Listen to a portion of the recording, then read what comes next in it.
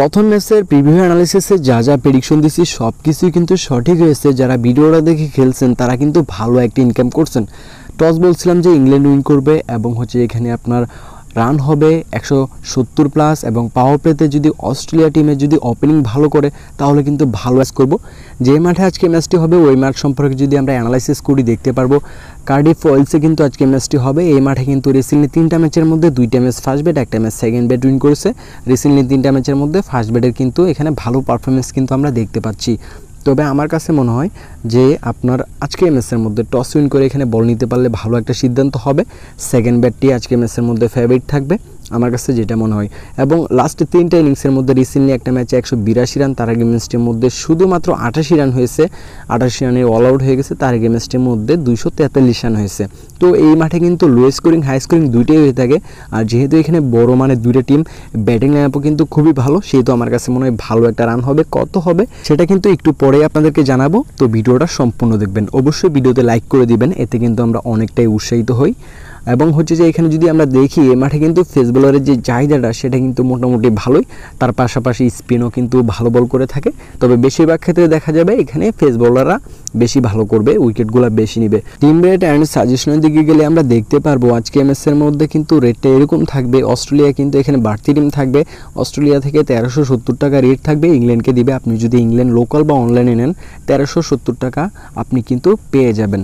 তো এখানে যদি আমরা যে আপনার টোটালি 20 ওভার রানের দিকে যাই, সেটা যে আমাদেরকে যেটা করতে হবে, যেটা বলছিলাম গত ম্যাচেও এই ম্যাচেও বলবো একইভাবে, আপনি অস্ট্রেলিয়া যদি আগে ব্যাট করে তাহলে কিন্তু রানটা হওয়ার যে পসিবিলিটি সেটা কিন্তু একটু বেশি থাকবে ইংল্যান্ডের তুলনায়। অস্ট্রেলিয়ার কিন্তু ওপেনিংটা কিন্তু খুবই ভালো, এখানে আপনার শর্ট এবং যে এখানে ট্রাভিস হেড, তারা দুজনে কিন্তু খুবই ভালো খেলেছে। রিসেন্টলি পাওয়ার প্লেটা আপনার গত ম্যাচের এবং খুবই ভালো একটা রান কিন্তু প্রথমেই তারা করে নিচ্ছে এবং ফিনিশিংটা ভালো হয় না, সেজন্য রানটা একটু কম হয়েছে। আর নয়তো কিন্তু আপনার রানটা 200 প্লাস কিন্তু অনায়াসেই হয়ে যাওয়ার কথা। তো আজকে ম্যাচে আশা করতে পারেন অস্ট্রেলিয়া যদি আগে ব্যাট করে 175 থেকে 70 এর উপরে রান হয়ে যাবে। 170, 75, 74 এরকম টার্গেটটা যখনই নিচে নেমে আসবে তখনই এটা আপনি হবে মেরে দিবেন। রানটা কিন্তু অস্ট্রেলিয়া আগে ব্যাট করলে এই রানটা হয়ে যাবে।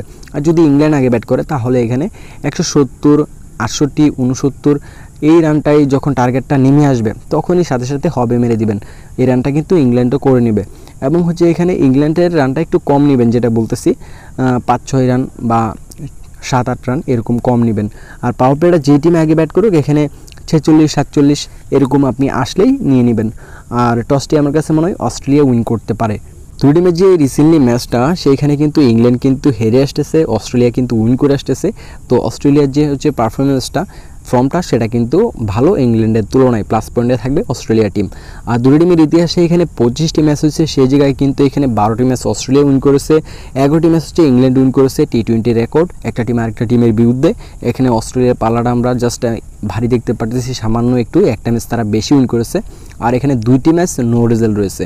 তো হেড টু হেড রেকর্ডে কিন্তু এখানে খুবই ভালো দুই টিমের। দুই টিম যখনই খেলে তখনই কিন্তু ভালো একটা লড়াই হয়, আজকে ম্যাচের মধ্যেও আপনারা দেখতে পারবেন। আজকের ম্যাচের যে উইন চান্সটা, দুই টিমের যদি উইন চান্স দিকে যায় তো আমার কাছে আজকের ম্যাচের যে উইন চান্সটা সেটা মনে হয় সমান সমান থাকবে।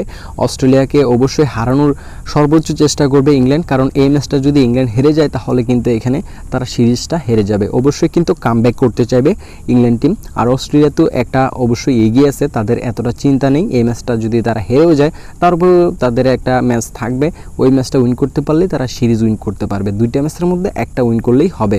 তবে ইংল্যান্ড যদি এই ম্যাচটা হেরে যায় তাহলে কিন্তু এক ম্যাচ হাতে রেখেই অস্ট্রেলিয়া কিন্তু সিরিজটি উইন করে নেবে। সেহেতু আমার কাছে মনে হয় ইংল্যান্ড টিম কিন্তু এখানে উইনের যেই চেষ্টাটা সেটা কিন্তু তাদের অনেকটা বেশি থাকবে। টিমের উপরে কিন্তু ভালো একটা প্রেশার থাকবে ম্যাচটা উইন করার জন্য। তো ভালো দেখবেন সকলেই। নেক্সট ভিডিওতে আবারও কথা হবে। আল্লাহ হাফেজ।